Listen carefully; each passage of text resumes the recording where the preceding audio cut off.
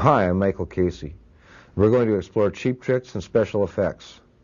That's the tricks and shortcuts that illustrators use in their work to achieve special surface qualities, unusual surface patterns, and to meet deadlines. The first technique we're going to cover today is stippling. And stippling is the creation of a pattern of dots on the surface, or a coarse spray pattern.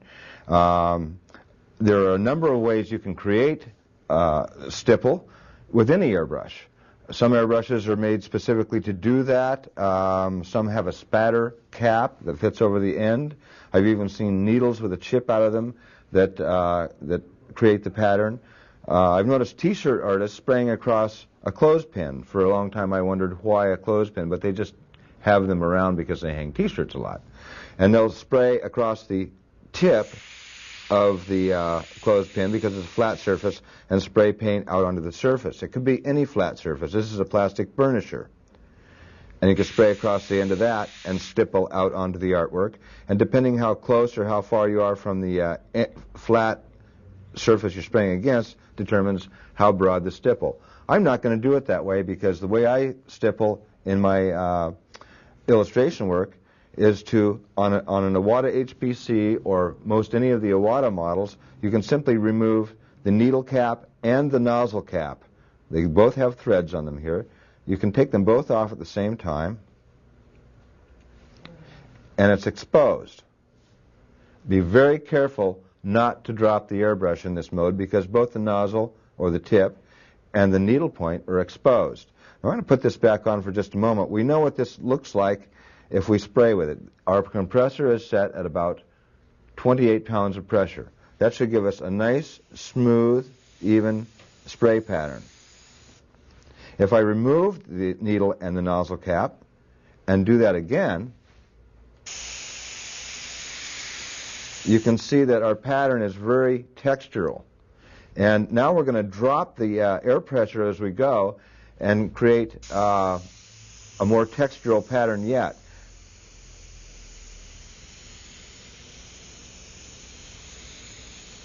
Okay, and we'll drop that air pressure again.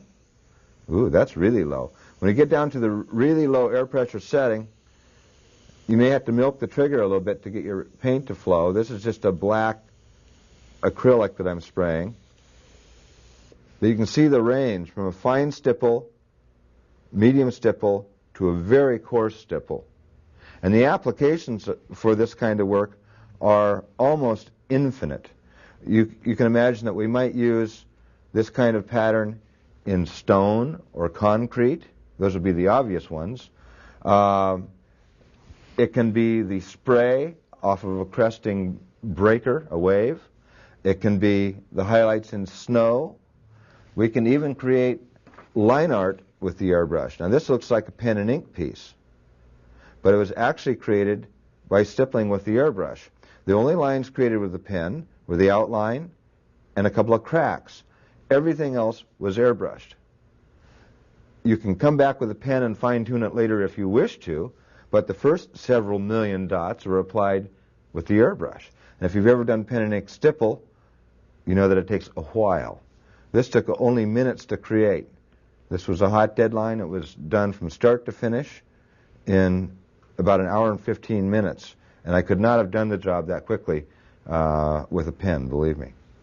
One of the applications for stipple that I use a lot in my work is in snow. If you stipple an opaque white over the lit areas of the snow, not in the shadows, but only in the lit areas, it gives it a nice, fresh, crisp, sparkly look to the surface of the snow. Even works in a night scene where the snow may be moonlit. As I mentioned, I'm an illustrator, so all of my work is for reproduction. Here's a printed piece where I've used stipple in the spray of the bow wake on this sailboat. In this piece, I've used stipple in the night sky to create the galaxy of stars and the bubbles within the champagne. It might be difficult to see in the video, but even in the apples, I've created freckles, little light freckles in the apple, and even in the pear over here, some stippling to give some surface texture, some pattern to the surface of the pear. There are all kinds of applications for stipple. One that we use frequently if we're working in a large scale on a head or face, flesh of any kind. Flesh needs texture to work. In normal airbrush mode, especially working on a smooth surface, smooth illustration board, for example, you may need a little extra texture to make the flesh look believable. In normal airbrush mode, it may look too smooth. So at some point in the rendering process, we may stipple with one of the colors that we're using in the flesh to create some texture in the flesh. Whenever possible in this video, I want you to see the actual application of a technique. So what we're going to do here is create some stone blocks. And anytime you're working experimentally with a technique that is new to you, it's best to get your motor running by doing what I call a style test. And that's exactly what we have here. Don't try and take it too far. Only do small segments. We don't need to beat it to death just to see how it's going to work. This way we can kind of test the colors, test the effects, see what we like, see what we don't like, all off to the side, and not jeopardize the actual finish art. In this case, we're going to have these antique-looking stone blocks. This technique would be perfect for the walls of the mummy's tomb. Here we've got a Mayan glyph, so it's not the mummy's tomb, but some other mummy, I guess. I've inked the area where the glyph is going to appear, and if we want some evidence that the sands of time have worn this down, I can simply erase some of that work back.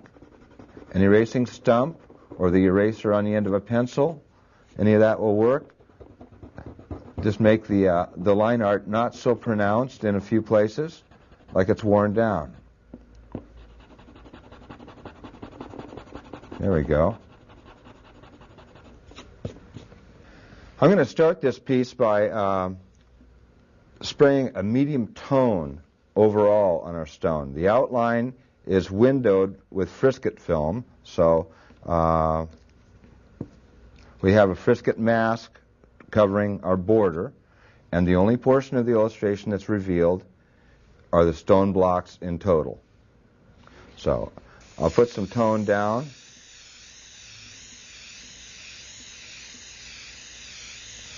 Not to take it all away, just to get something to work with.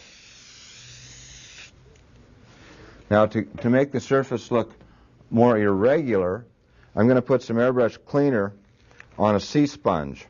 Or you might have a sponge, just a regular old sponge out of the kitchen, and you can kind of just peel chunks out of this thing and make kind of a sponge imprinter. Okay? And we could either put paint on this and apply paint to the piece to make it very irregular, or we could put airbrush cleaner, sometimes just water, airbrush cleaner on the sponge, and track that around on the surface and blot.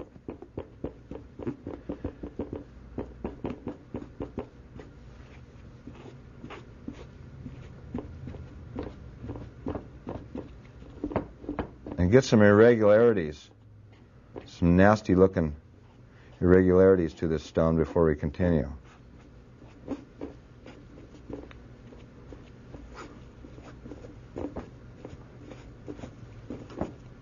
Okay.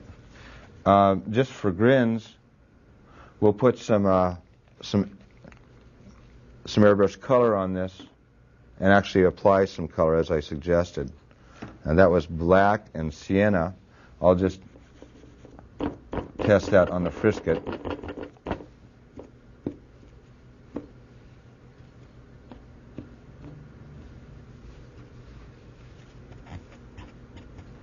Good. Now to put the texture on the stone. When we stippled before, we stippled by turning the air pressure down at the compressor or at the air source. Just turning the air pressure down on the regulator. There's another way to do this, and that is simply to choke air off at the hose by crimping it, like this. Especially if we want a random sort of dot pattern on this art. If we're doing a pen and ink piece, we may want all the dots the same size. On this piece of stone, I want the stippling to be more irregular and more erratic. Larger dots, smaller dots. We can do that easily by crimping air at the hose. Now listen to the airbrush. You see, I can control the airflow simply by crimping the hose. As I cut more air off, less paint will flow, and I'll have larger dots. So let's stipple a little bit. I'll stipple wide open, and we'll just get some real fine grain texture to the stone. And now I'll start crimping and getting larger dots, the less air flows through the airbrush. I can get really large ones by milking the trigger at an extremely low pressure. And I want some medium size, so I'll let it flow about half, and I need to put some more paint in. Now we're in business. Now we've got stipple.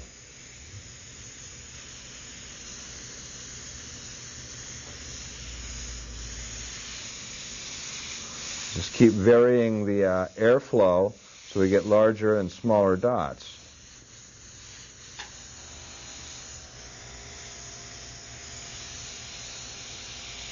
Great. Now we have our pattern of stipple existing, and we're starting to look a little bit more stone-like already.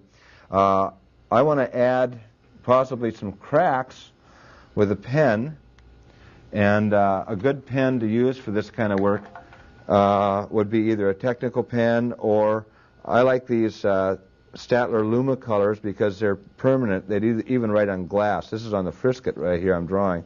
So obviously it's going to draw nicely on the artwork. They're permanent, and so to create some cracks in the stone, I can simply draw right through this.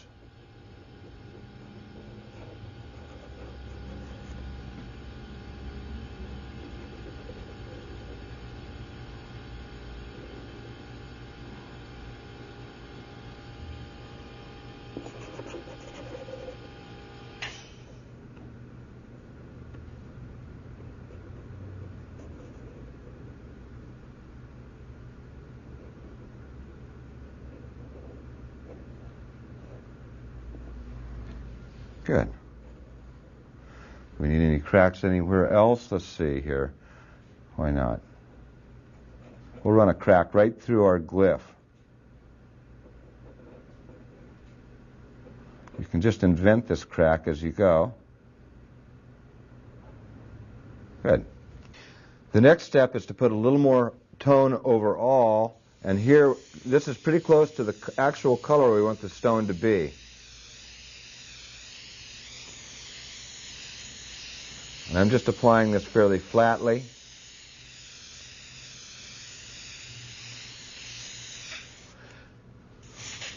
And once that tone is on and it's dry, we can now come back and start creating our highlights on the lit edges of cracks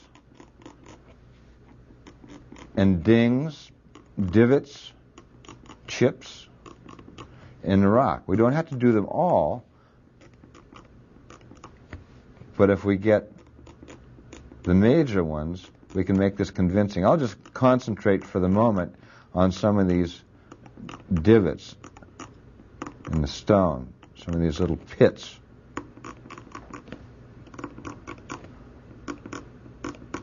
We want to scratch out the underside.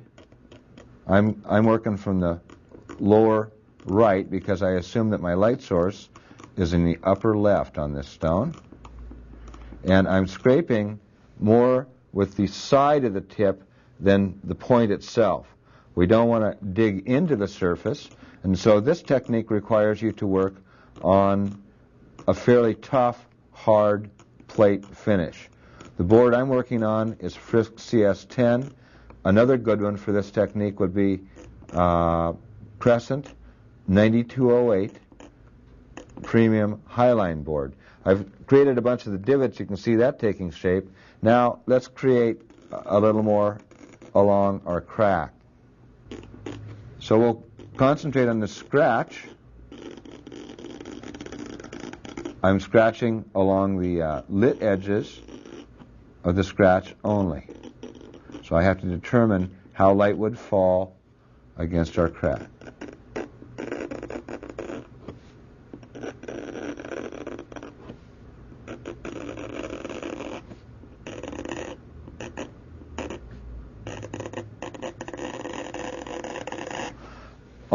When I get over to the glyph portion, I want to do exactly the same because I want the glyph to look as if it's carved into the stone. So if my light is coming this way, the identical effect will be as per what we've already done.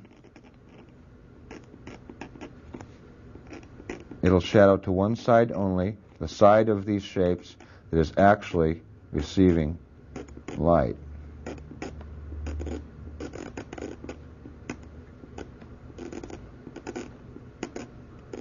And this will take a little while to do the entire glyph. I've taken the scratching a little further now in the glyph, and it's a good idea to keep a fresh blade in the knife. The job just goes a lot easier when you're abusing the blade like that, to keep a nice, sharp, fresh blade. We'll finish this up.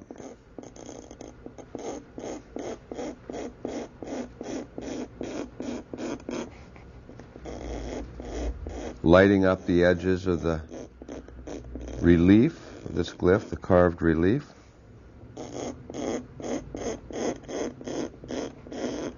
Now the board's smooth. I'm not digging into the surface. Remember, we're not scraping from the very tip of the knife, just the edge of the tip. Don't want to scratch the surface. We need a good quality board. Again, this is Frisk CS10. And the Crescent 9208 works real well for this too. If we're working on canvas, or if you're working on a larger image, you might want to consider a number 16 blade, which has a more rounded profile and it'll scrape more paint at one time.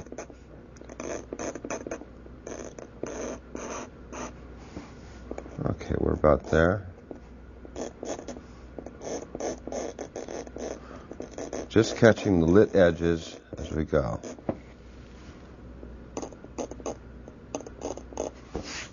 I've made a couple of photocopies of the drawing. I did that before I started, and you never know if you might need some of this, so it's a good idea to make a record of your actual drawing when you start. So when I started this project, it looked like this. We had some pencil lines and the inked drawing. Now I can cut shapes out of this if I need to for masks, for loose masks. I've got some smoke in the airbrush that look like this, and I can position this loose mask, this paper loose mask, and get some further relief to this stone.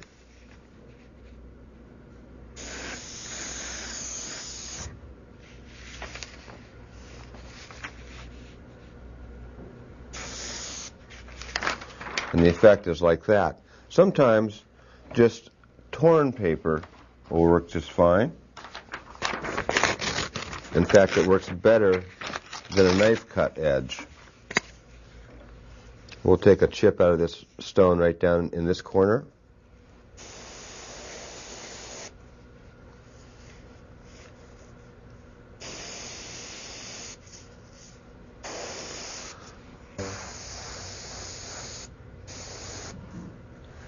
Create a little more interesting levels to the stone. While I've got this in there, we'll shape the stone just a little bit, round it a bit at the bottom, so that it's not just a flat chunk.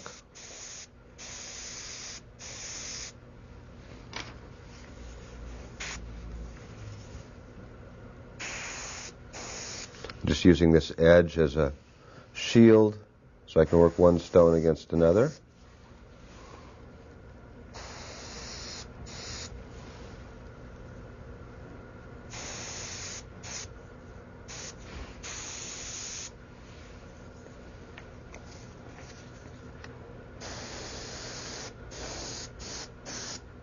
And that's also giving us a little bit of color shift.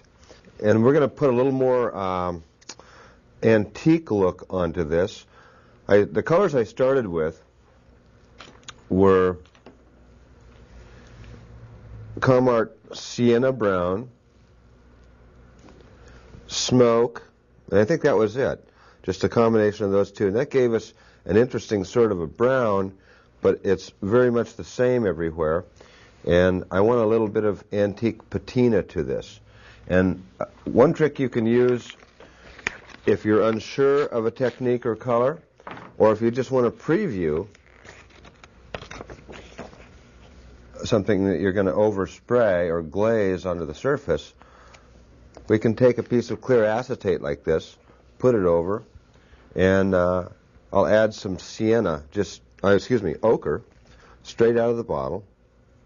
Ochre is very transparent. This is a transparent acrylic, but that particular pigment in particular is quite transparent. Now this is going to give a yellower kind of a patina to this piece, and I can spray it on the acetate first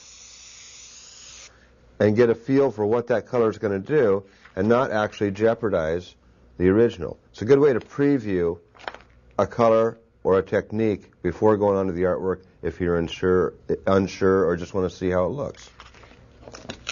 That looks good to me, so we're going to do that. This being a very transparent color, I'm not apt to subdue the scraped highlighting that we put on. But you do want to stop short of obliterating or subduing those too far, because you spend all that time scratching them out and making them work in the light.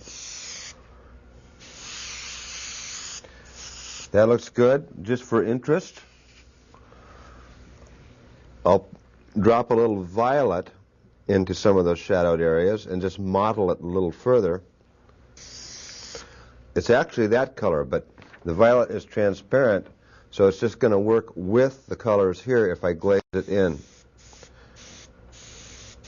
See, it doesn't really look brilliant as a violet over the top. I can dance around a little bit, shift color within this stone. If I want, as I had shadowed certain areas of the stone, if I want to light up areas, just check and see if this is nice and dry, which it is, I can erase a little bit toward the top areas. These maybe chips along the top of the stone that could have some dimension too.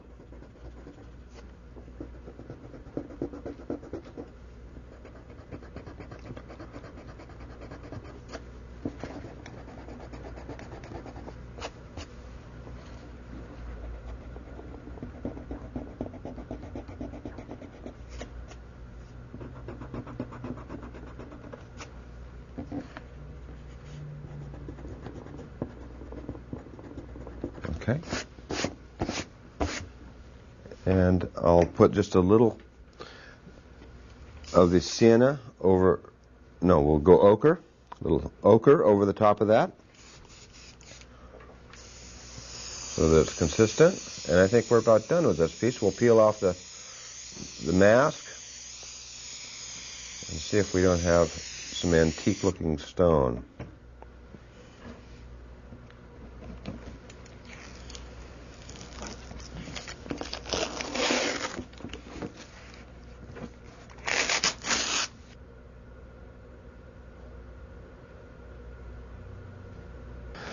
I'm taping off a piece for a cloud demo. Now this stuff here is Easy Mask. It's like a Post-it sticker on a roll. You can get it from the your hardware store or your paint supply store. It's like for taping off the molding in your dining room before you paint it. It makes a nice way to trim out a piece. before painting. It comes in various widths too, so you can use a wide strip if you want, and you're not getting overspray on your drawing board. It's less to clean up when you're done.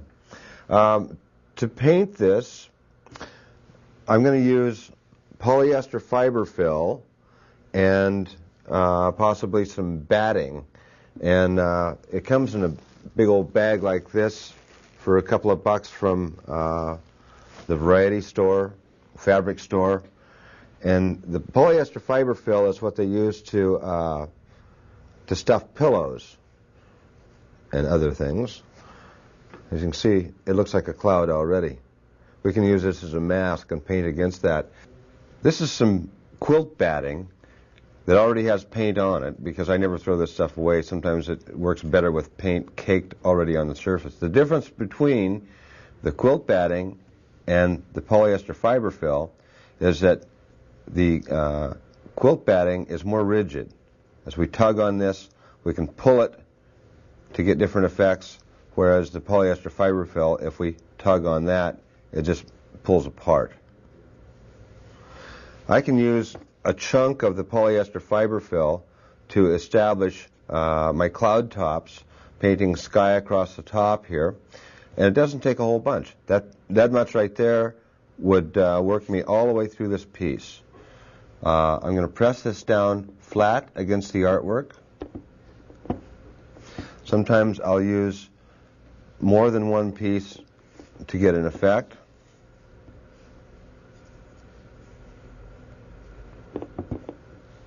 Hold this down with your fingers.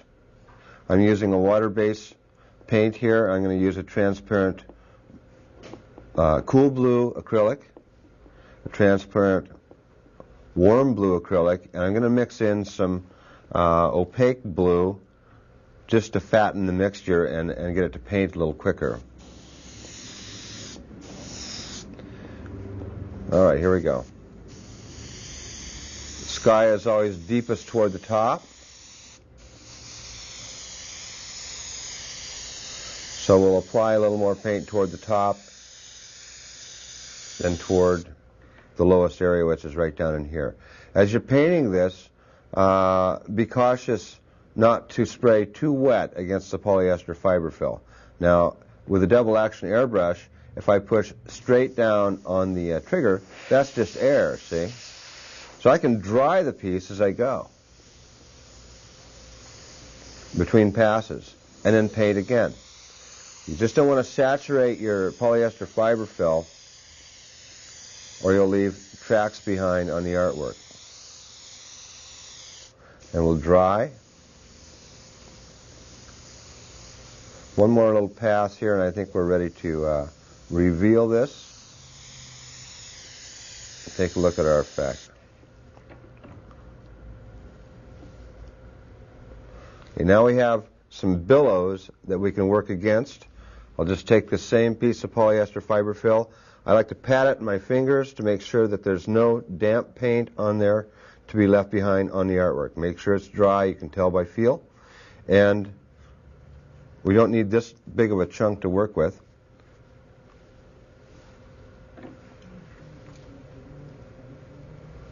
Work against the billows that you've already sculpted and sculpt a little further. Let's try this. And we'll work both ways. We're going to establish the actual lighting now on these cloud forms. Keep tugging it apart. Shapes are not repeated in nature.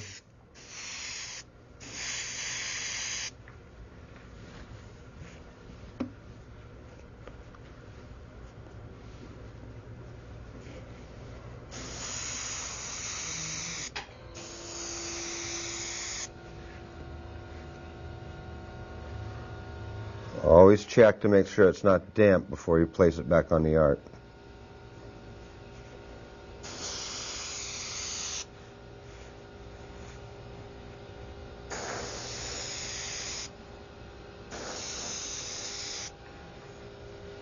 Now we would assume that as the clouds come toward us, we might see more detail within.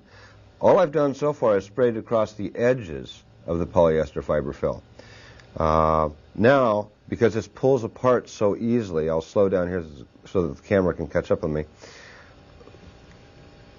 Just pull this apart, and you can see we've got gaping little holes through this. And I'm going to spray through it. And this is where it becomes very interesting.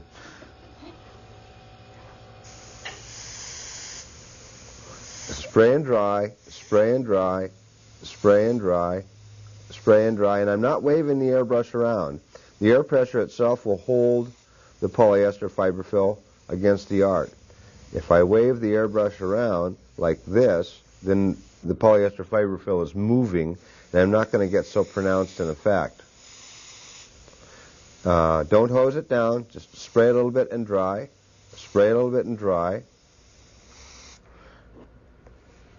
And that's the atmospheric effect that we get by spraying through the polyester fiberfill. I'm going to bring that forward a little more. We can play through this to get some more interest in our clouds, where it looks too simplified. Now we'll go to the batting. And as I said, you can tug on this stuff for specialty effects and not have it pull immediately apart. I'm going to stretch this stuff back. You can see right through here. I'm going to pull this apart and spray through that and shoot for some wind-blown effects in these clouds. Again, don't work too wet. This is just air for the moment that I'm spraying through, so as not to get too wet. Okay, there's a wind-blown effect. We can streak that a little further. And I haven't free-handed a single stroke yet on this cloud piece, and I may not. I may achieve everything with the polyester fiberfill. You see, if it's going to leave any tracks behind, it'll leave it on your hand. That's preferable to having them appear on your artwork.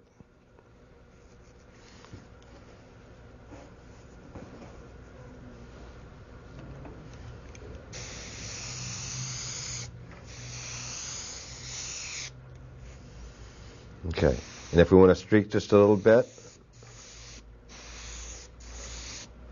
we have some nice wind-blown look. To make these clouds look really bona fide and believable, I'm going to dump the blue, and without cleaning the airbrush, I'm going to add some opaque white and a little, maybe a little smoke gray. I didn't clean the blue out of here totally, and I have to make this an opaque light gray as opposed to a transparent gray, which would actually be dark to begin with, or we'll be out of control value-wise. We're not going to have any blacks or super darks in this cloud. So I'll test my mixture by spraying it across a swatch. I'll just spray it right on the board here. Spray and dry. And I can bring that then over to the artwork and compare and say, yeah, that's just about what I'm after right there.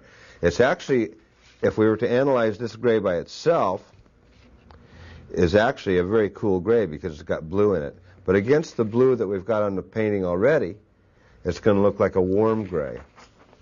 I'm going to concentrate this gray into the lower parts of the billows. And to do that, I'm going to spray through the polyester fiberfill again to get these kinds of atmospheric textures happening in the gray in the lower parts of the billows. So if I want to work in the lower part of this billow, right through here, I'll just lay the polyester fiberfill over and introduce a little of this gray. It doesn't take too much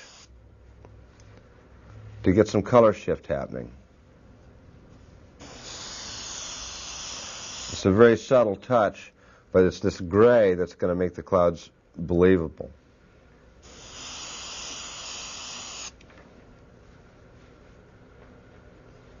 We'll work over in this area now. Introduce a little of the gray into the lower part of that billow. And maybe a fresh piece. We don't want to work too wet.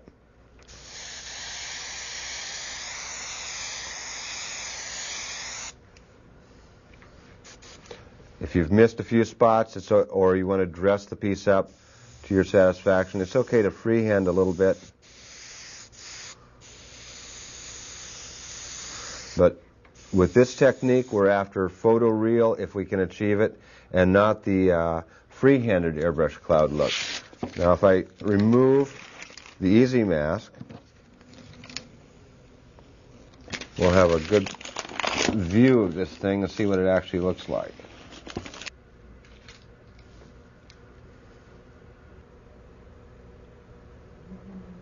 Let's try a space piece this time. I am going to stay with the polyester fiber fill and the batting. I've got a piece of the batting in my hand, and I've got an opaque blue, like that, in the airbrush. I'm going to use the batting here to create some sort of nebula shapes against a black field. This is a black piece of illustration board.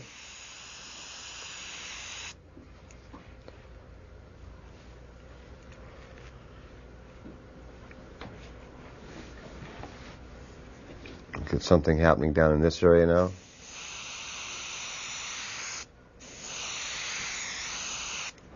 The same sort of shapes that we got in the clouds can act as the atmospheric looking nebula in space.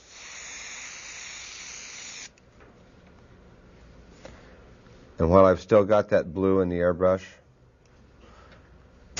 remember the stipple we started with? I'm going to apply some blue stars in our background. Those will be the most distant. And now I'll switch to white. Now I've got some white in there. Remove the needle cap and nozzle cap again. Be very careful not to drop the airbrush in this mode because it would be a disaster. And we'll stipple a little white in here. This goes very quickly. Remember that we can just crimp the hose to choke air off. So to get the larger stars, we'll just allow less paint to flow, less air to flow. Choke a little more air off on the hose.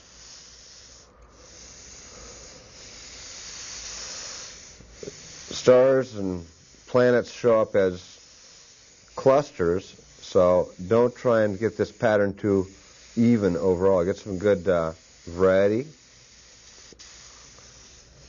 Large and small in the same grouping. Now, I've reassembled the head on this airbrush so the needle cap and the nozzle cap are back on. And on some of these larger dots that we've applied, once they're dry, it's okay to go in and flare a few of them. Let's not go overboard, but if they're dry so that they're not going to spider on you. You know what spidering is? It's where you spray it wet paint and it spreads out in a number of directions. We'll flare a few spots. Let's pick one up in this grouping here. Just aim right at it.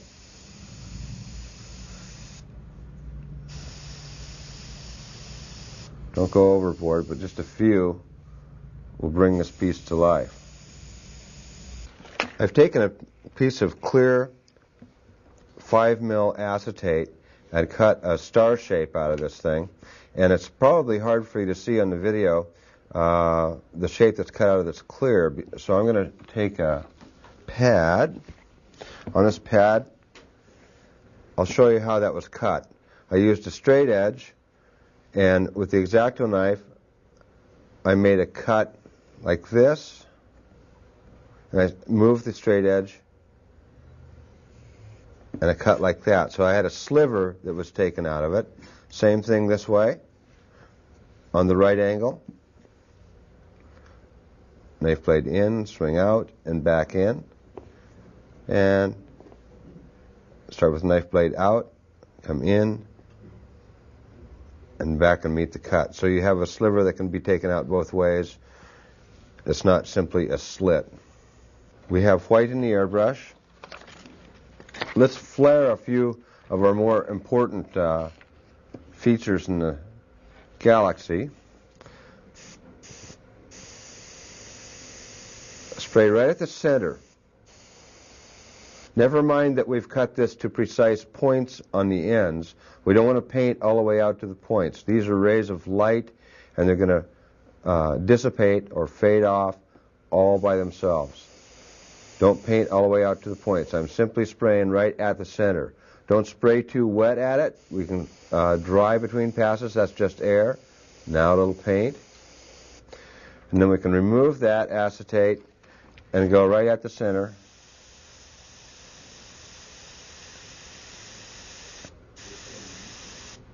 And that's a very simple sort of star highlight.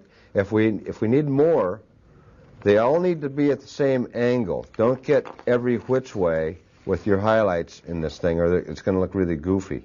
They all appear at the same angle regardless of size or location. So I can achieve larger highlights, more important looking highlights, simply by pulling back further from center as I spray this. Still not painting clear out to the points, hopefully.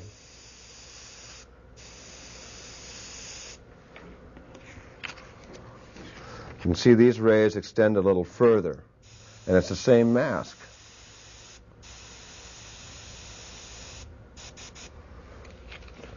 I can go even further with it yet, and this will be our last one, I think. We don't want to overplay this star highlight trick. It can look a little gimmicky.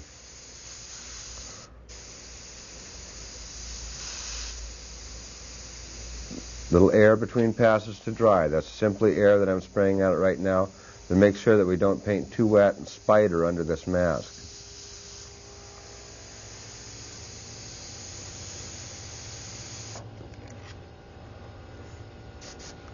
And flare the center.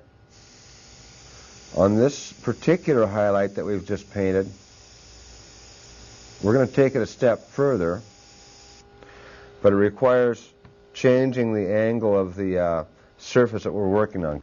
Okay, I've got a circle template and a coin.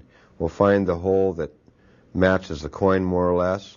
And as you can see, circle templates or ellipse guides or any of that kind of thing, they have little targets on them, little crosshairs. And I'm going to line the crosshairs up with the rays on our highlight, drop the coin in, and without moving the coin, remove the template, spray right at the coin,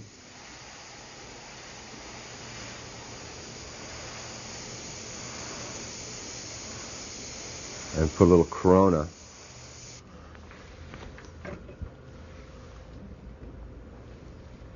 Okay. A little more flare in the center of that would be good too.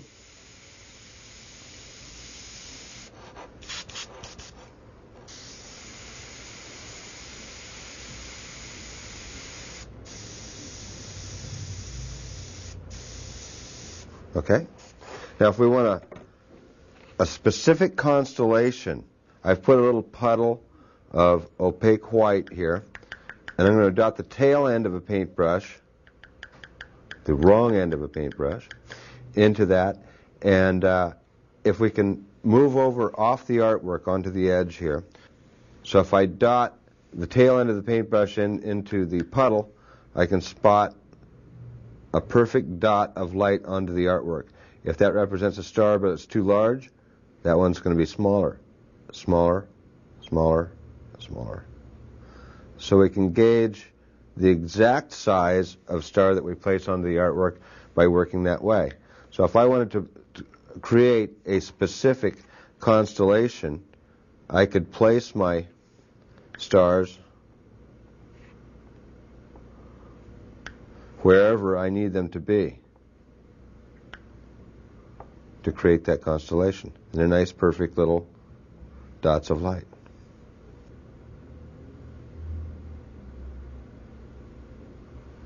To backtrack just a little, the techniques that we used in the cloud demo with the polyester fiberfill and the batting, those techniques can also work very nicely for smoke, dust, a kinetic flame, underwater disturbance, and you may find other applications for that as well.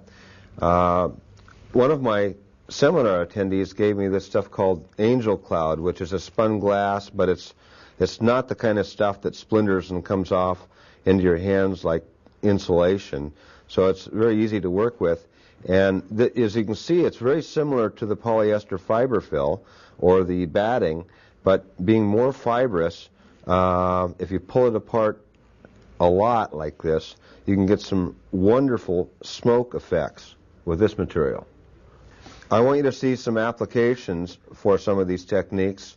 If we concentrate on this area right up here, the clouds in this printed piece were achieved using the polyester fiber fill, just like we did in the demo. Sometimes it's better to paint a blue sky and apply an opaque white or warm white to create the clouds here, although this one was done just like we did in our demo. In this piece, if we come up into the sky area, there's so much texture in the mountain that I didn't want a very complicated sky on this, but I did use the polyester fiber fill just to get some simple atmosphere back behind the mountain using the polyester fiber fill. Take a look at this area right here. In the stone demo that I did, I lifted some paint off of the surface by blotting some cleaner onto the surface. And to get this sort of nonsense background on this piece, I blotted this with cleaner as well, just to get some interest in, some very quick interest into the background. I don't know if you can see it, but on the other side as well, paint has been tracked around and removed and imprinted into this area just to get some interesting background texture in an otherwise flat shape. Let's explore wood grain and metal. And as a subject for this piece, I've taken a hammer which has a metal head and a wooden handle so we can combine both techniques into one piece. I've already painted a nail, and this piece is already existing in frisket. I'm working on a hard, smooth surface board, and the frisket is already cut, so I'm going to reveal the handle of the hammer for starters, and we'll apply the wood grain first. I want to save that mask, so I'll set that aside. And I've done a warm-up piece just to get dialed in. This is what we're after in the finish. So to apply the wood grain to the handle, a good place to start might be to apply some underlying logic with a fan brush. This is a fan brush. They come in various sizes. We've got all kinds of different fan brushes we might choose from. I think I'll take this one right here. That's the one we're going to use. You can also use the old sea fan that we had out earlier for the same technique. What we're going to do is drag paint across the surface to establish some underlying logic to the wood grain using the fan brush. We could do it with a sponge as well, whichever you're more comfortable with. So let's put a little paint in the tray. The paint I'm using here is I've just mixed a little brown using a couple of transparent colors. I use some sienna and some smoke. And we don't want to apply this too terribly wet, so we'll kind of blot that on a paper. And we can kind of test the look of that and the color as well. Color is not critical. The pattern is what we're after. And I think we've got the motor running now. We're confident enough to go onto the artwork.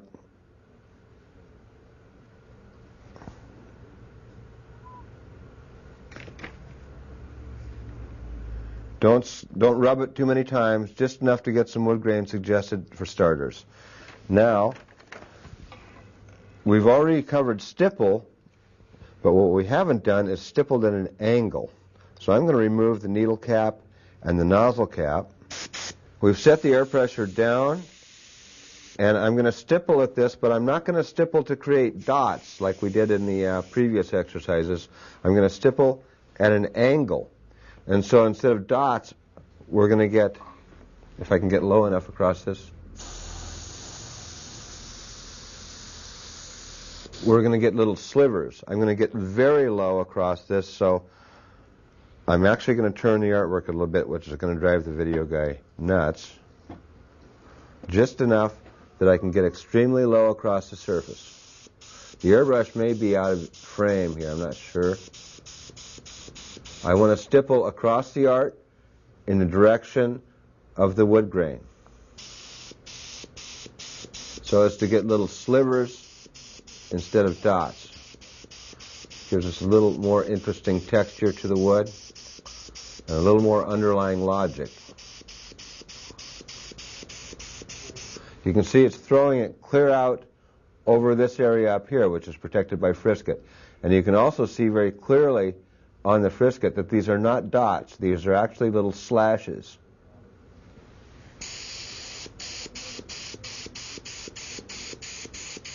These little slivery features are going to add some good logic to our wood when we're done. Okay, that's enough. Now I'll put my needle cap and nozzle cap back on, and we'll apply some color over the top. This would be a good time to sculpt the shape of the handle, because the handle is not flat, and it has in this portion here a change in surface, because there's a flat oblique plane here that we can kind of call out, and I'll use a freehand shield to accomplish that.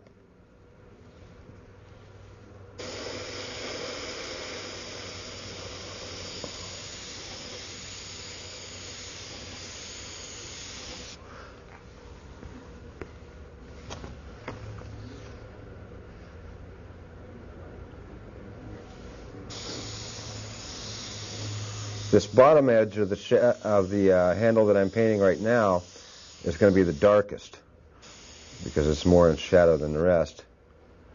So I can apply a little more than I did along the top.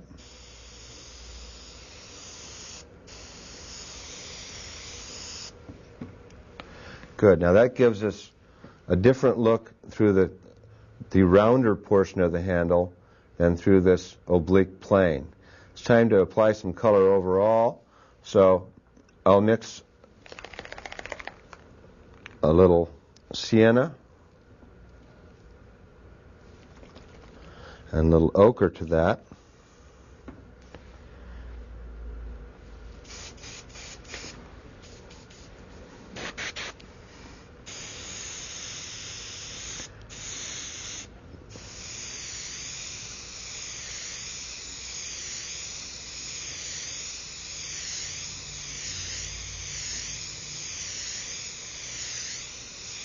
Okay, I like that. I'm not going to take it all the way at this step, because I think I'd like to put the zebra stripes in this wood.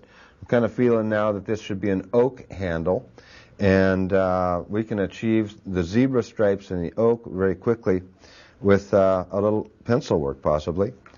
We've got a couple of pencils here. This is a Verithin. Verithin is a very hard color pencil, and it may be too hard for a smooth, hard surface like I'm working on here. But we would have no trouble controlling this pencil on a toothy surface. It has a nice hard lead in it, and it would stay sharp for a long time. The softer pencil here is the old familiar Prismacolor. And as with the stippled slivery streaks that we put in, the pencil needs to be applied in those same sort of slivery attitude. So I'm going to use a rolling ruler to apply the zebra stripes.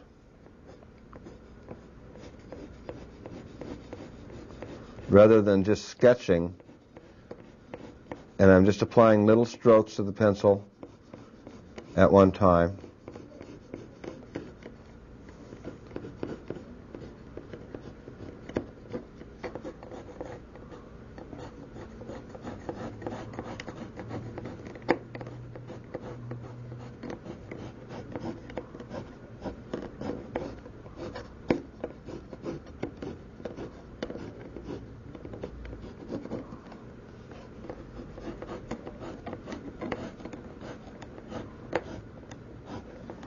The zebra stripes get thick and thin as they travel up the handle, and they may actually change as they get into this beveled portion. In fact, they may converge because this is cut on a plane here. It's cut on an angled plane. One more zebra stripe to make it convincing.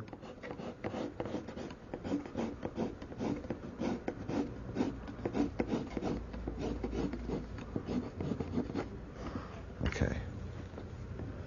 Enhance just a little. Good. Now we can continue with our color right over the top.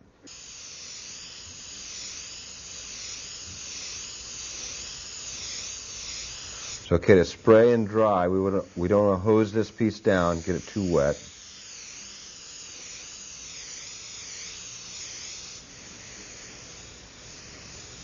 That's just air now. I'm drying between passes.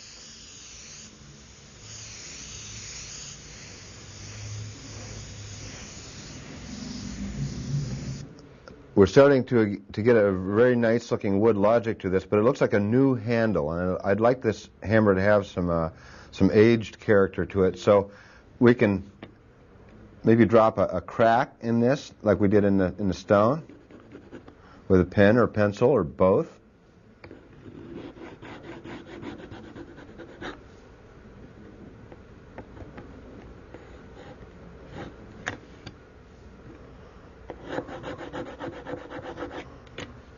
If we want it more pronounced,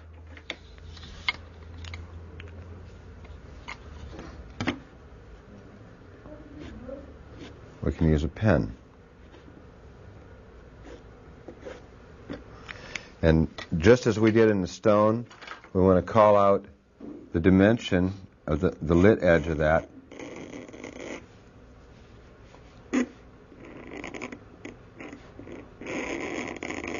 So that it really looks like a scratch. I mean a crack.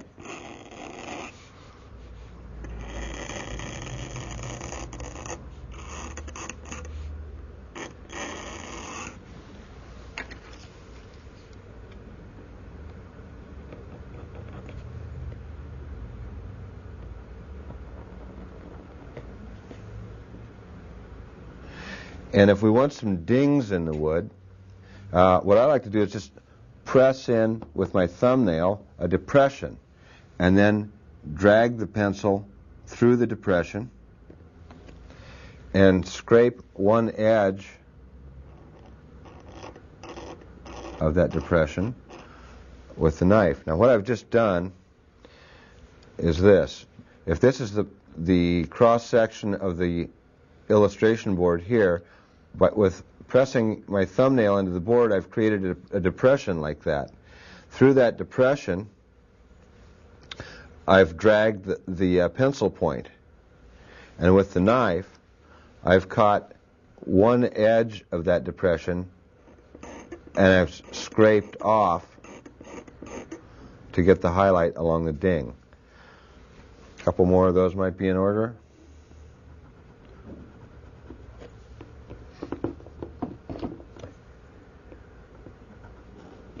It's going to look like something out of Granddad's toolbox when we get done.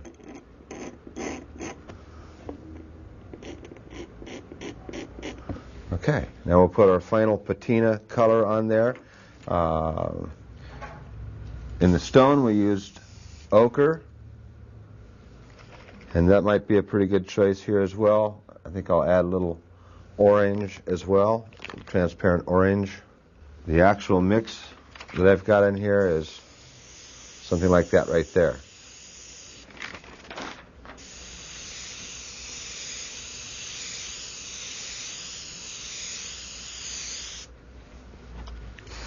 And toward the lit side, maybe just some straight ochre, which is a little more yellow. Just like this.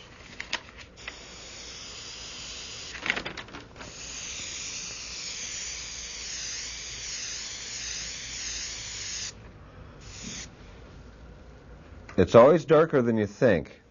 We're working with a masked edge here, and Though I wouldn't do this on an actual illustration project at this point, I'm going to reveal this just to show you what our edge looks like and the fact that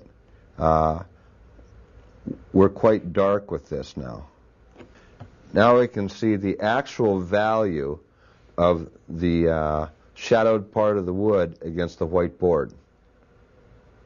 I know this is difficult to see because we're masked on both sides, but that's the actual value that we've achieved. And that looks like a nice aged wood handle, so we'll stop at that point on the handle and we'll go on to the metal. Okay, rather than replace this mask onto the wood to protect it right onto the painting, there's no need to jeopardize all this area that we've just painted by a piece of sticky frisket. Let's put a piece of tissue down on that. This is just tracing paper. And here's the mask, the original mask that came off of that handle shape. I'm going to reposition that, but the tissue is going to act as a slip sheet to protect this paint from the frisket. The frisket's only going to adhere toward the top portion of the painted handle, which is the most thinly painted area anyway. Most of the hammer, the interior portion of the hammer, I'll handle with loose masks of one kind or another. There is a portion of it that I've already cut. The underside of the claw there are a couple of shapes there that have been cut because they're just real hard edge black.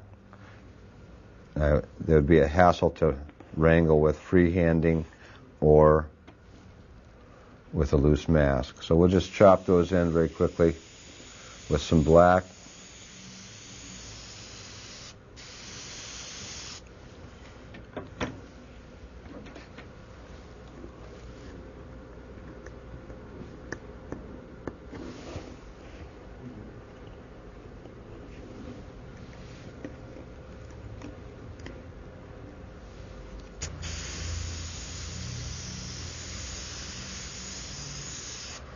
This plane right through here could have some interest in it. Throw some reflected lights and shadows into it.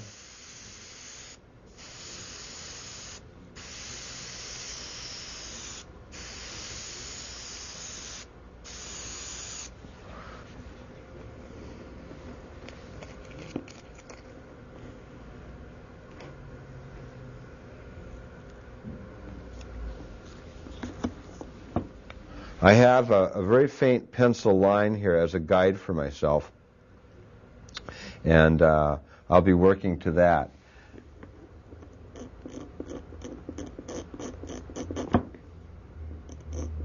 Just clean up our edge here a little bit. So with freehand templates like this, you can see these are well used, got lots of paint on them. I can render the details of the metal, the sculpting of the metal at least, that make this interesting. There's a plane change between the face of the hammer and this sort of cylindrical portion here. So I want two different things to happen there.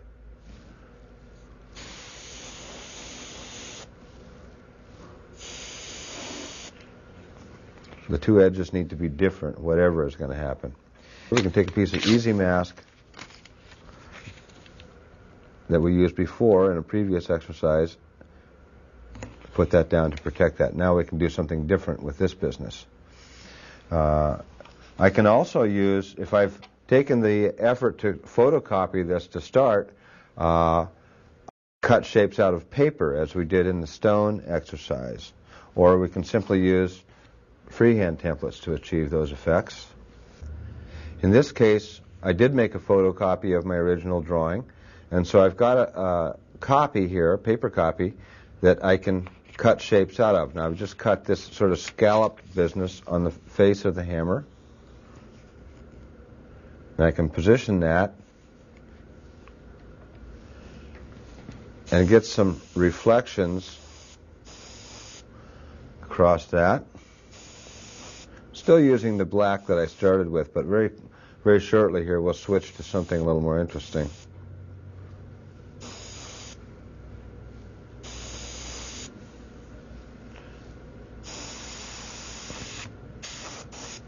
Okay. Now, I've already cut this shape over here, so we may as well capitalize on that right now, because this being the underside of that sculpted feature, the underside of the form, that's going to be the darkest anyway. Don't throw pieces away. You can always come back if you need to and protect a shape if that's to your advantage. So any shapes that you cut out, hang on to them.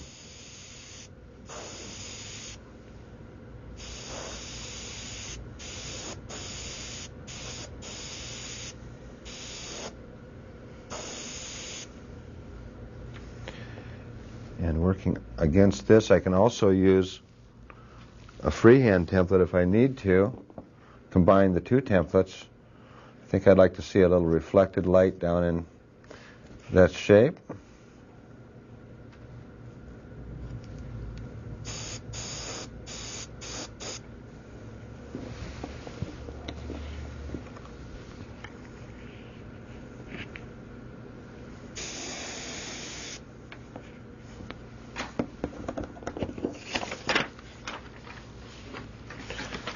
Continue right on with that. I have another shape here toward the top. We have three different planes that we have to deal with here. And so you either have to try and match that against a freehand template, or if you have the luxury of a photocopy like this, you can capture the exact shape.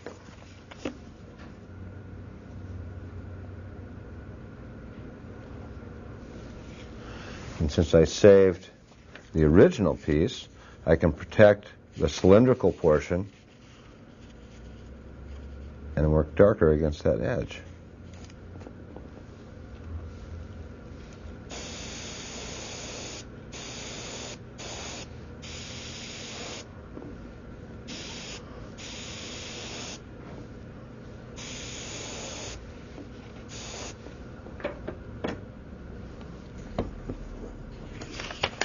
I'll use a freehand template this time to capture the tone, isolate the tone in our middle plane.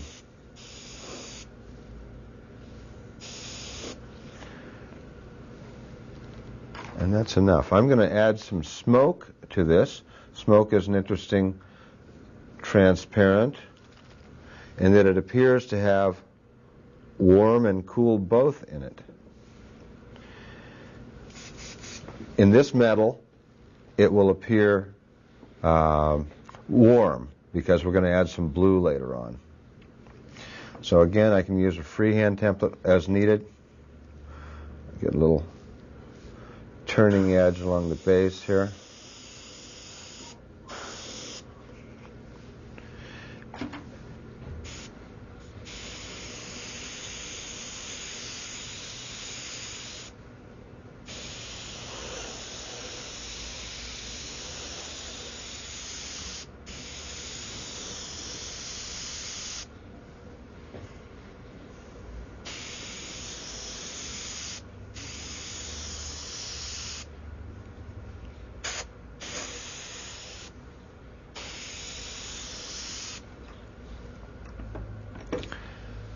Now we're starting to sculpt this thing up pretty well. It's boring color-wise, but before we make the color any further, let's see, we can put some blue in here, sure. Let's do that. I'll take a little ultramarine and throw over there, a little transparent ultramarine.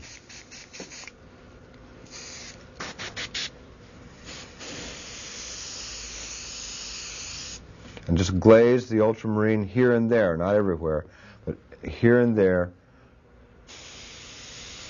over the warm grays that we already have established.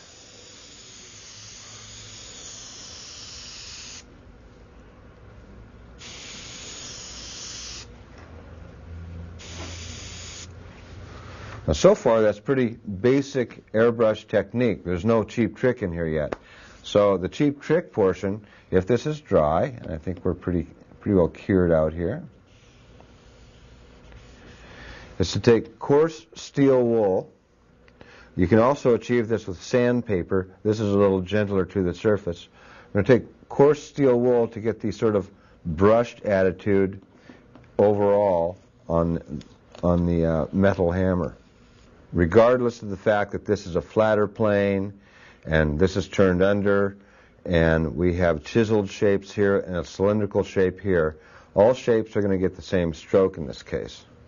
So we'll start here.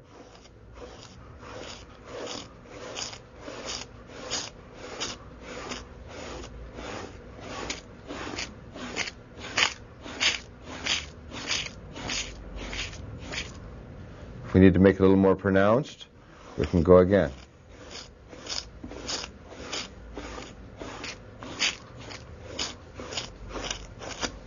Okay, that gives us a brushed sort of metallic look throughout. Any places where it's too pronounced, such as this shadow area, no fear there because we have our original mask. If we want to darken that, take some of the scratch detail out of it, subdue it a little bit, we can do so. I'd like some highlights in this thing to really make it spark up and look a little more metal-like. We know that we can scratch highlights out. We've done that on previous exercises. We can also erase. Where I'm going to be working against an edge, I can protect with a template or paper from getting into the dark shape.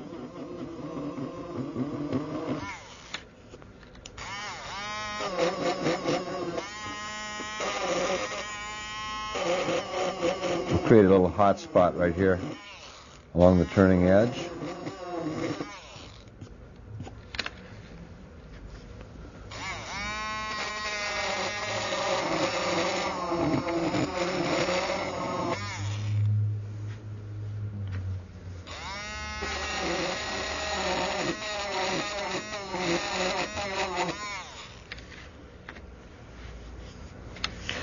The electric eraser is pretty aggressive on the surface, and sometimes if you want something more subtle, just use the eraser on the end of a pencil or an eraser stick.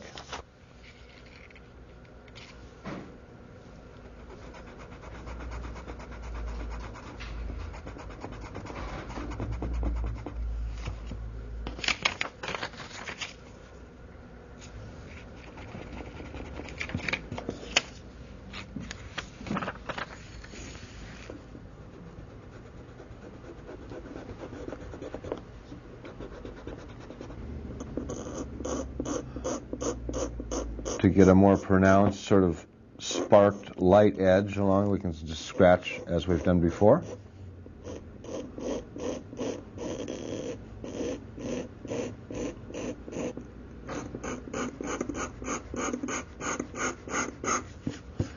And like the handle, when we painted that, our hammer looks a little too new right now, so I think that we can put some dings in that as well. We can use a pen, or we can use paper.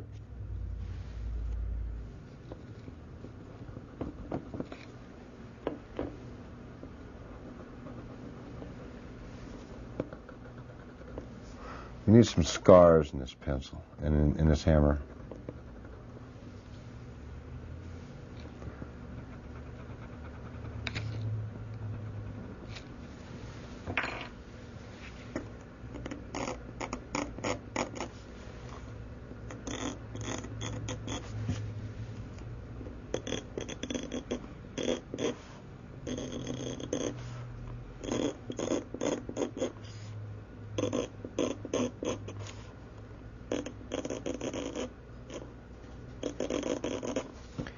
I've put some opaque white in the airbrush, and if we want to flash up highlights further or subdue the organic nature of erasing, we'll just spark up our highlights a little bit with some nice clean white.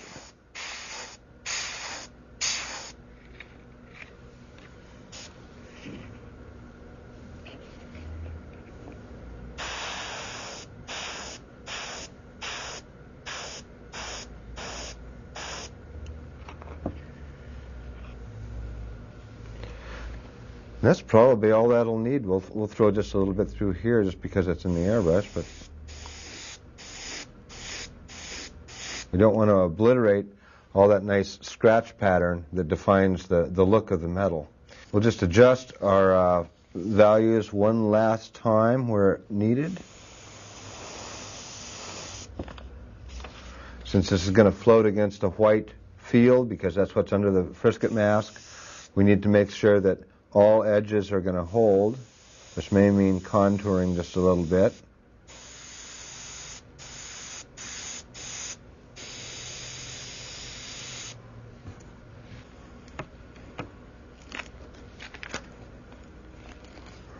The nail in the lower right-hand corner was painted before I started any of this. If there are any bleeds along the edge, because we're on a very plate, hard finish surface, those can be cleaned up as we go. And with the frisket gone and the edges fine-tuned, here's our finished product.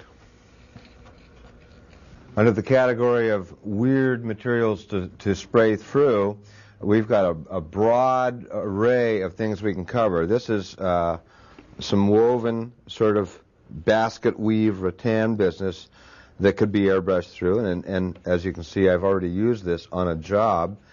I recommend, I know this is being redundant, but I recommend doing a style test when you're working on a technique that's experimental or new to you.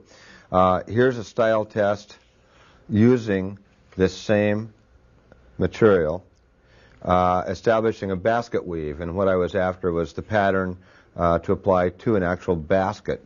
The neat thing about this stuff too is you can torque it. You can sort of twist it around and create a curve or kind of a false perspective look on it. Another material that works well for that is this drywall tape for fixing a crack in the wall. It's sticky on one side, so it'll stay put. As you can see, you can bend it around and do all kinds of weird things with it. It does need to lay flat, though, to get the pattern to be pronounced. So push it down so that it's adhered all the way across the art.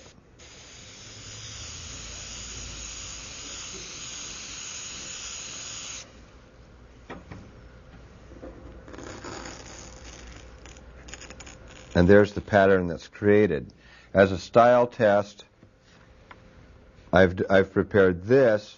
Here's the drywall mesh pushed down flat in a more or less symmetrical fashion, just laid down flat as it comes off the roll.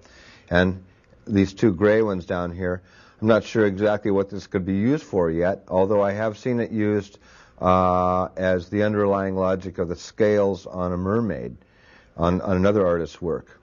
In this portion of the race car, there's a mesh screen in behind here, and I used the drywall tape as just a quick solution to render the screen. Any fabric mesh, like tulle, or here's some knit mesh of some sort, any of this stuff can be sprayed through to create a specific pattern. Again, like the drywall mesh, this could be stretched. What most artists do is put a real light tack of 3M spray mount on the back of this, then pat it onto another piece of paper first so that any little residue of glue will be left behind there and not over on your artwork. There's a broad array of papers that you can get at the art supply store that fall under the generic term lace papers. Now, these don't all have patterns that look like lace, as you can see. They have all kinds of patterns. Some have leaf-looking patterns in them. Here's one that has, we'll let these fall. Here's one that has concentric sort of swirls in it. But as you can see, when I put this against the black, it's porous. These holes go all the way through. So you can spray through this material. Here's one here that we've used many times. Let's get a white section so you can see the pattern. That's just very organic and could be used on some sort of pig skin. It could be used, well, the way we've used it is applying color into as pattern and texture on planets. So, then here's a great one. This looks like a furnace filter, doesn't it? That could be wonderful as sort of ambient background texture in a piece. Could be the mold on the mummy's shroud. This one here is going to be difficult to see, but you know what rice paper it is? Rice paper has veins in it. It has paper veins.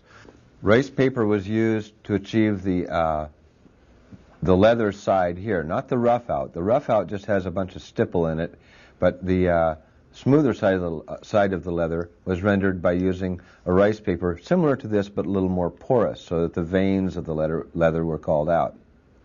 An example that might be clearer to see, remember the veins in the rice paper here.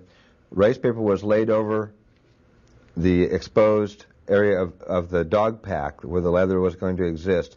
A brown was sprayed through, and that gave me all the little indications or suggestions of veins that were necessary to make that look as if, to give it the illusion that it was actually leather.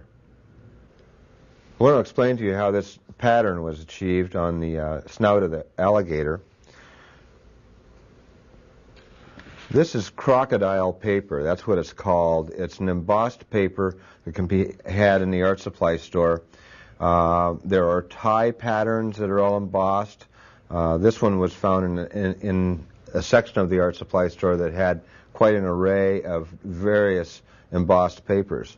To get this texture onto the art, I did some style tests first, some experiments, and what I wound up with was, by airbrushing across the paper, and this is the actual one I used here, by airbrushing across the paper at an angle, at a low angle, it calls out the actual relief of the impressions in the paper and makes it look more 3D. I was able to, and here's another style test I did that I'll probably use for something. This looks really great too, but it was too much for the alligator. I sprayed this overall, a fairly dark spray pattern with the airbrush, and then sanded the surface with light sandpaper. And this is a great pattern that I might want to transfer to an illustration later. But for this, I Xeroxed copies like this. And the pattern is easily identifiable then, and it's to approximately probably the same scale as what I actually used on this gator. To transfer this to the artwork, what we do is turn it upside down onto the artwork and use, we'll do one here in a minute, but we'll use a light colored marker to transfer it to the artwork. Now you always have to do a test before doing this on the actual artwork to kind of get your motor running, to find out what's going to work and what's not going to work. This is my little style test done before doing the alligator, and here this transfer was too light. The technique was not right, or the solvent in the marker wasn't correct, or something. Here, the marker was too wet, and it actually dissolved too much of the toner in and bled it around. Same thing here. I used a medium blue marker here. The blue would have been all right because it's going to be a green alligator, but there's quite a bit of color coming through on that marker. We're starting, however, to get some better patterns showing up. I tried an experiment over here where I rubbed really hard with the marker and I made various passes. Kind of interesting, but not quite where I wanted. By the time I got to this swatch right here, I pretty much had it down. This is about the amount of transfer that I wanted. That's the look that I wanted before applying color to the alligator. So, I had it together at that point. I was confident to go on to the finish art with that technique. Now let's try it with the materials at hand. We have the Xerox copy here, the photocopy. If I place that over this is a strip of CS10 board here, and I'll take a light marker. Now the marker I'm using for this is one of the older design markers. They've changed the formula now, so most markers are alcohol-based. So you're going to have to experiment with different solvents or different markers to find out what will diffuse this toner and transfer it to your artwork. A lot of times, I know artists who transfer it with fingernail polish remover. So you might try different kinds of solvents on a Q-tip or a rag, or if you can find these design markers in a light color, or what's ideal is a colorless blender, which is just the pure solvent. Now we need to see how juicy this marker is. If it's too wet, it'll transfer too much. So I'll test it off to the side. It looks pretty juicy, so I'll have to work quickly. And let's see what kind of a transfer we're going to get on this particular surface, on this slick CS10 surface.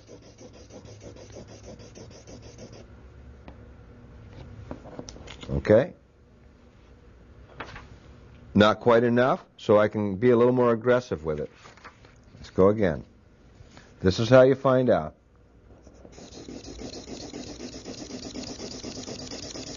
I was cautious that first time around because this particular marker seemed so juicy. I was afraid to saturate it too far.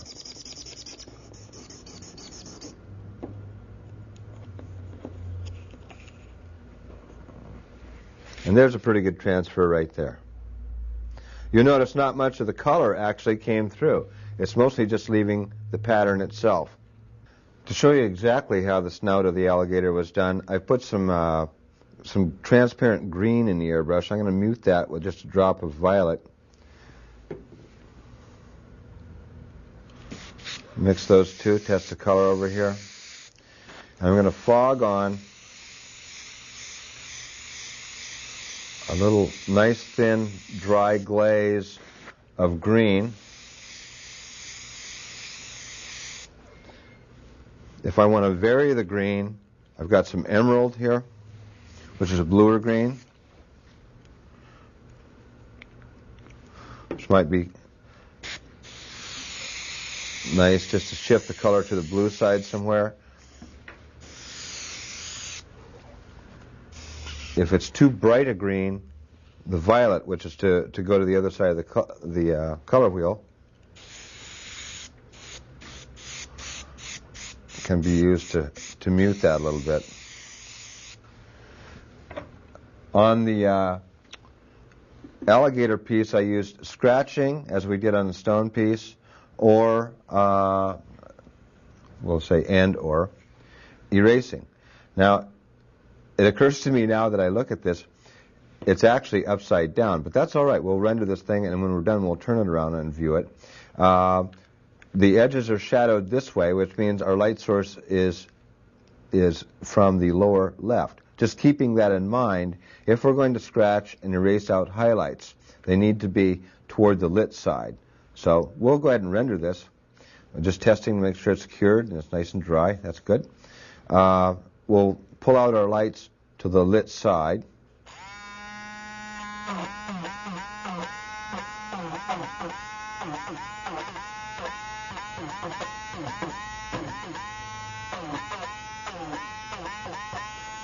I love these little ones you just touch and you're there.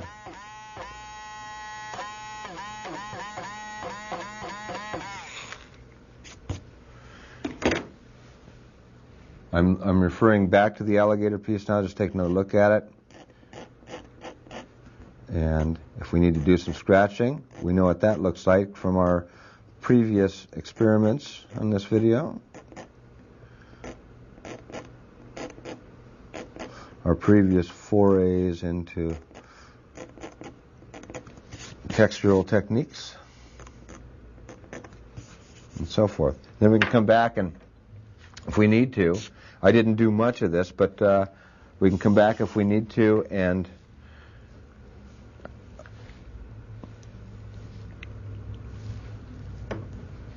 freehand a little bit to further contour. I really only did freehanding around his mouth, and a lot of that was done, just for your information, with a micron, so I could really get in there tight. And if the whites look too white, you can glaze over it a little bit and push those back. I'm going to snap out just some hot spots again, and we'll pull this around the way that it should be in the light. Okay? We'll pull this around into the light.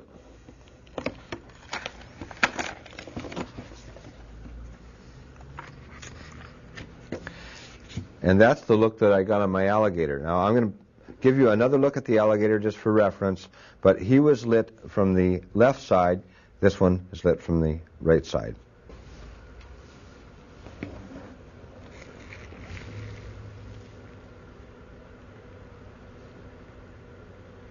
Here's a painting by another artist. This is a painting by Debbie Eastlack, part of which was executed in my studio, so I got permission from her to use this.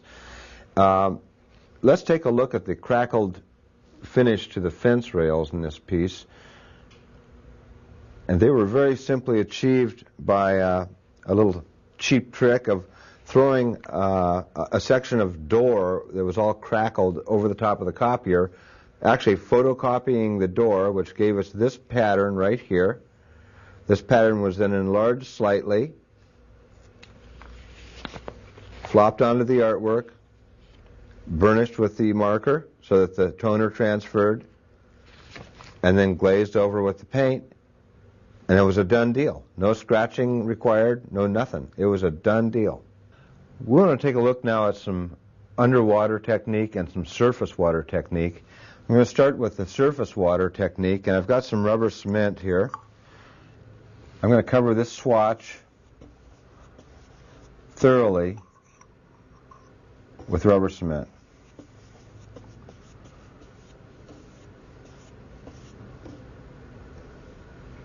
And while that's drying, we'll step down to another panel here. I'm going to do this swatch as an underwater look, and so we need some color in there first.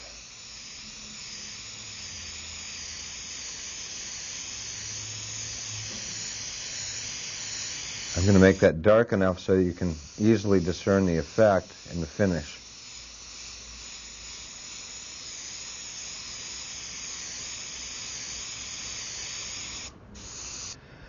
The effect we're after here is this light refraction phenomena, in this case at the bottom of a swimming pool, but it could be on the hull of a submarine, it could be on the rocky bottom of a stream, it could be a number of underwater effects that we can capture in this same mode.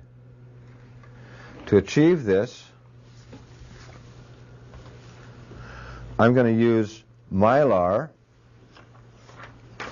and I like Mylar as a mask. If you're going to use a stencil burner, it's a little tough to cut with a knife, but with a stencil burner it's a breeze.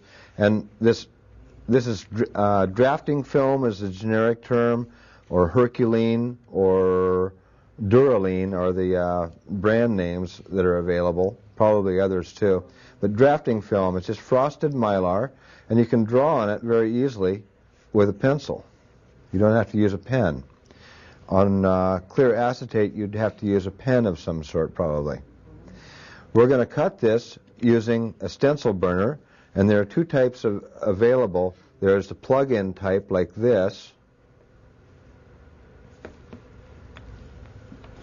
and there is a butane one, like this, which can be lit with the flint sparker here, or just with a lighter. And the ports then will light and it'll get red hot. The correct way to cut Mylar or acetate is on a piece of glass, and this will cut acetate or Mylar just about as fast as you can draw, like that, and the piece will pop right out of there. We're going to break the rules now that we know how it's supposed to be cut. And I'm simply going to hold this in my hand and poke the stencil burner through and melt a channel. If it comes up a bit ragged, that's okay. The thing to remember is that we don't want to cut a shape. I'll do this against the white so you can see it. We don't want to cut intersecting lines completely, or the shape will fall out of there. So it's essentially like doing a big stencil letter, where shapes are allowed to remain intact.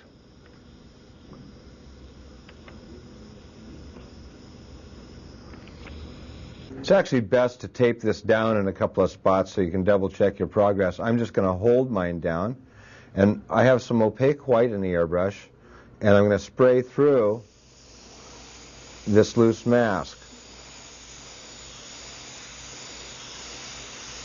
And this is a mask that you can use over and over again on various different pieces.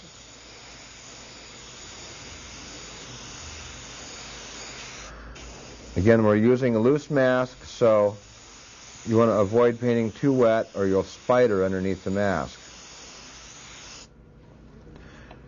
Now is when we want to take a look at it. We'll take a peek and see how that looks first pass. We want this fairly dominant, fairly well pronounced.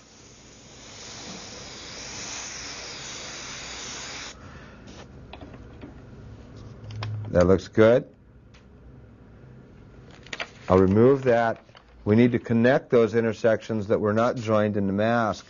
And if we'll just freehand those, if you get a little heavy-handed, that's all right, because that is the hottest point of light in this light phenomena anyway.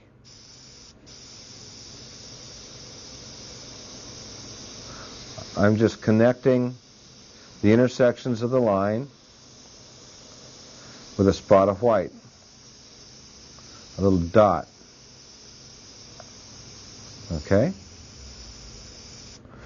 There's a second step involved in this to make it believable, and that is to throw the mask off register. So in this case, I'll just turn it upside down and angle it a little bit, and we're going to put a subdominant pass over the top of that. So let me get my hand out of the way.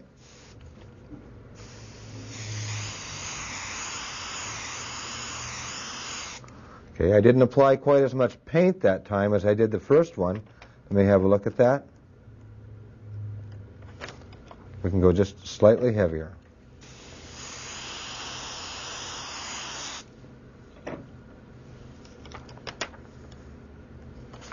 Okay, now there's a subdominant look to that, and I'll just peel away 3 sides.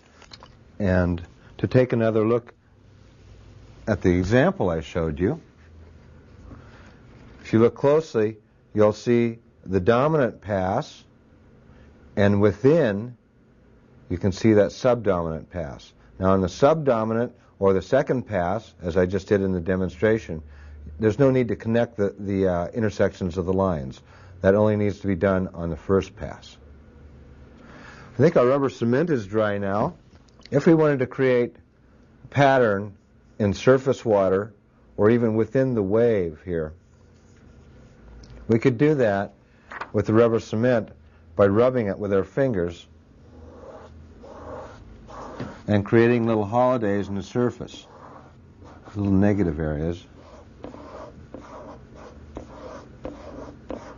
The harder you press, the bigger holes are going to be created. You can do the same effect with liquid frisket, that is, liquid mask, but the rubber cement has a tendency to be a little more delicate. You can create really tiny little negative shapes. I'm not going to try and create an entire wave here. I just want you to see the pattern that can be created with the rubber cement. I've put some blue in the airbrush just as some color for our water.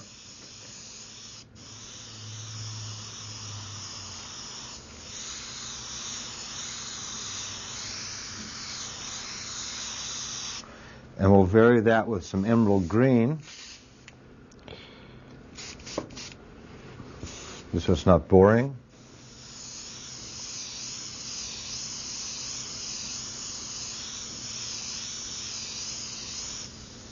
We'll dry it with the airbrush. The only thing that remains now is to remove the rubber cement, which we can do simply by rubbing with our fingers. There is a thing made called a rubber cement pickup, but it rubs off very nicely just with your fingers.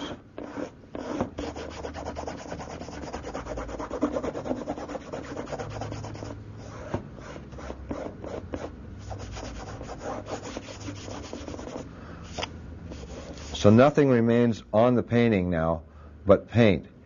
And If you want the larger sort of holidays, you can rub harder. If you want a very delicate look like this, you can just rub lighter and create tiny little holes. If that were actually a wave form, or if this is a horizon, whatever, you can come back and tone back into that if you need to. I love it when people take a technique that I've shown and turn it upside down. We had a seminar attendee once who was doing frozen tundra and rendered the ground first in water-based acrylic, put the rubber cement over, scumbled it like this, and fogged it with an opaque white, removed the rubber cement, and it looked exactly like frost on frozen earth. I referred to this technique as a surface water technique, and I know it'll be difficult to see the actual technique in play in this tiny printed piece, but here is flat surface water, and for pattern and interest within the surface of the water itself, our rubber cement technique was used throughout, all the way back to the horizon. On the parrot, we have an area that's very detailed with feathers, and these feathers are applied in 10 minutes or less using a fan brush, and I'll show you that technique now. As you recall from our wood grain demo, these brushes are available in a variety of styles and sizes. Some of them are natural bristle, some of them are synthetic bristle, and each one will give us a different look in the finish. I'll just select one of these. How about this guy right here, which is about the same brush probably that I used to put the feathers on the parrot. And I'll do it in black so you can see it happen quickly. Splay the bristles out broadly over the surface to be painted, and spray through the bristles, and then skid the brush so that the configuration changes, and spray again. As long as you're not working too wet, you can just step your way along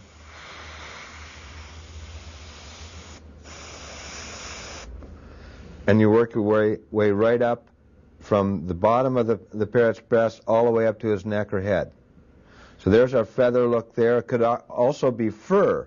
And if we take a coarser brush, like this big bad boy here, and splay the bristles out, we'll get a totally different look. Now this will not be feathers, but it might work real well for fur. And I've also used fake fur to achieve this.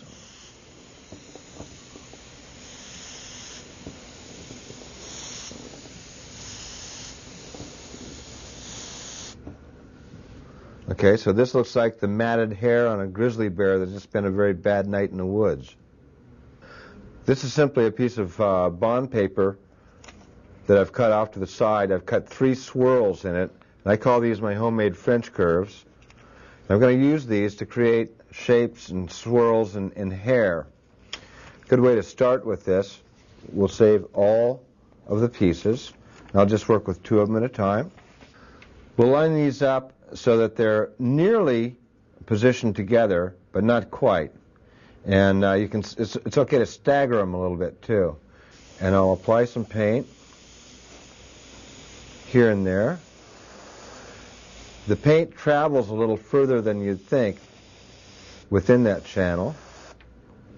I'll move my fingers down so you can see. And as long as we don't work too wet, we can just keep skidding it.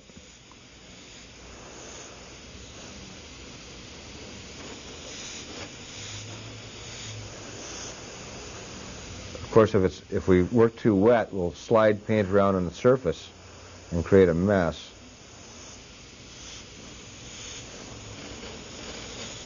And we'll show you what that looks like here. We have a real lyrical, musical almost twist to this. We can use a different section, we can reposition.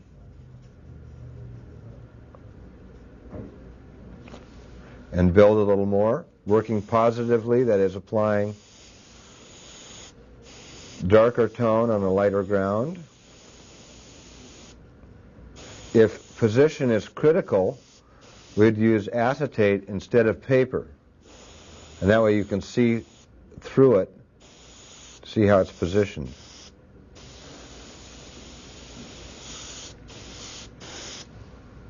What we're after are interlocking strands, and that's starting to happen. Now we can go to the next shape over and continue building.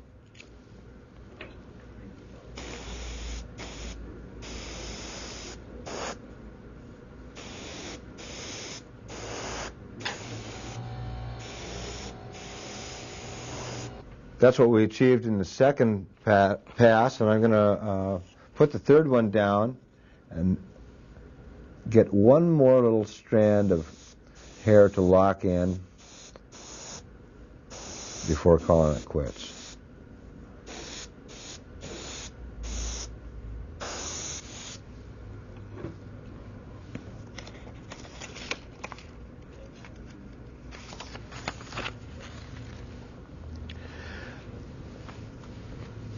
There's our positive strands of hair. The trick now is to get some tone over the top. And this would be our actual hair color. Let's test that off to the side.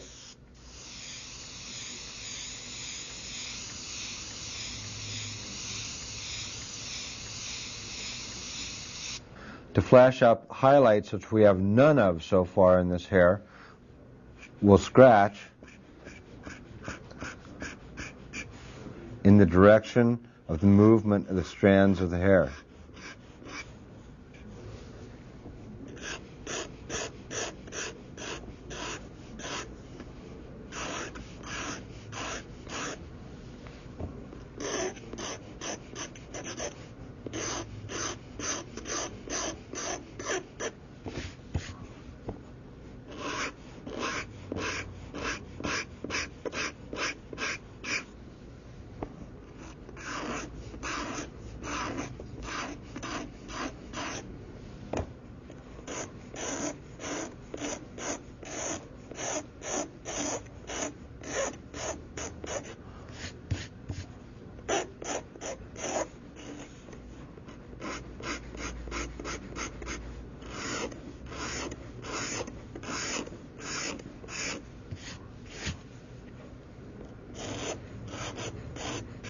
To flash up highlights on the hair, we can either erase them out with an electric eraser or simply freehand them in to simplify in an opaque.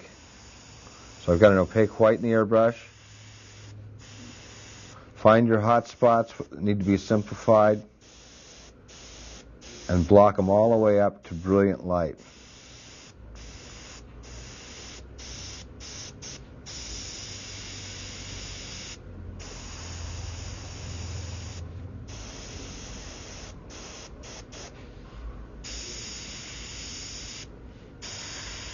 We've just seen how the homemade French curves could work real well for hair.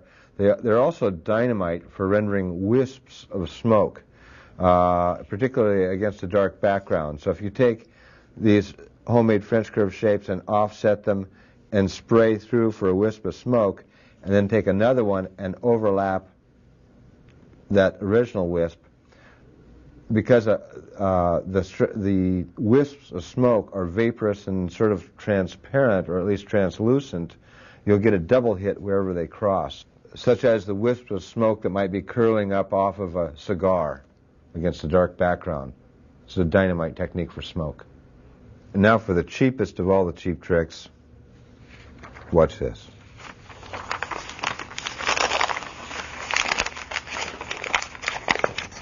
This is so satisfying because it's so easy. I should feel guilty for showing you this.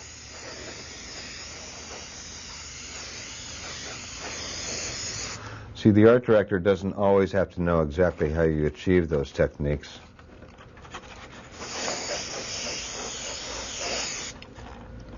I sprayed across the edges at an angle, so when I flatten this back out and that is flat against the board right now. It has all kinds of dimension to it, and it could be the backside of wrapping paper. It could be any crumpled paper surface. What you want to do at this point is take this aside, press it flat with a steam iron, trim it out, or in the case of my last job, it was torn wrapping paper, so I tore the edges, sprayed the back with 3M repositionable spray mount, pressed it in position onto the art to mount it, and nobody could feel a wrinkle in the surface. It looked like I'd spent hours rendering all these wrinkles on the finished art. The cheapest of all cheap tricks. There are various different rude surface deviation tricks that illustrators use that we couldn't use on a, say, a car or a helmet. Here's one of them in this orange. I was actually requested to render an orange peel, but it doesn't look like much without the orange. And the orange peel here looks fairly convincing, and it's a very easy trick, but it took a while to sort this out. So I'll show you what the trick is. In a nutshell, if you simply press on a piece of illustration board or paper into a surface and create indentations, and then spray at an angle across that, work your way up to it. Look at how that surface deviation is called out. The interesting thing is, if it's shadowed that way, they appear as indentations, because we assume that the light is above. If I turn it around, it looks just the opposite, because we consider that the light always comes from the top. We're conditioned that way, and the shadows are underneath. It looks like just exactly the opposite of what it really is. They look like bumps off the surface instead of depressions.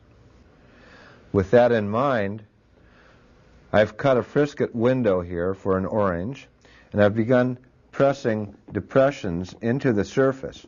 We don't have to do this over the entire surface of the orange, but we need it at least in the lit portion.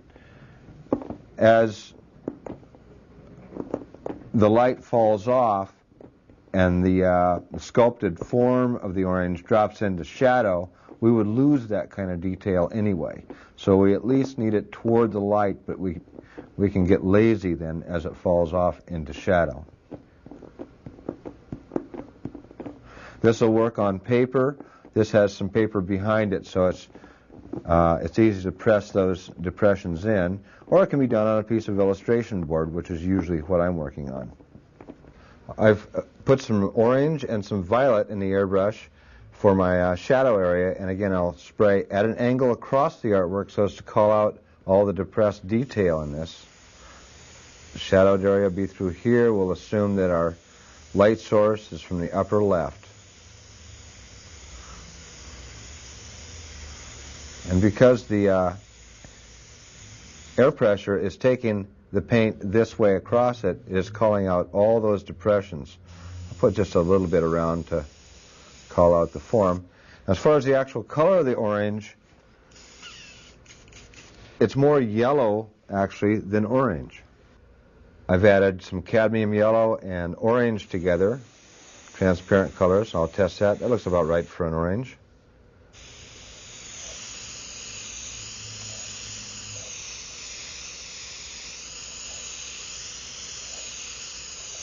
Maybe just a little yellower. I'll dump that and add a little more yellow right here where the hot spot's going to be.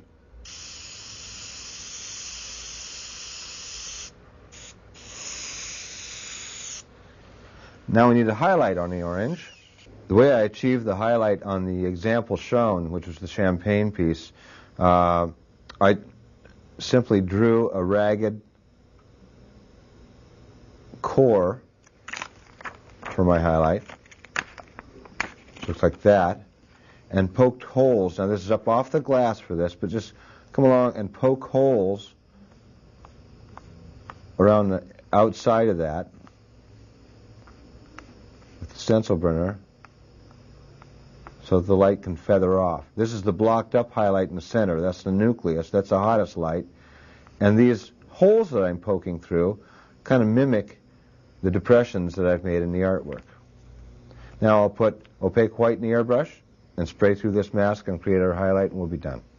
Okay, we'll position the loose mask at the hottest point of light, and I have opaque white in the airbrush. That's what you're seeing there. Spray right through our loose mask to create that hot spot.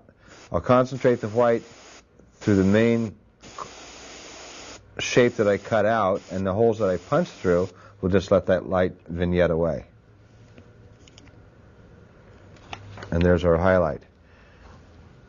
I'll spot in a little stem with a brush.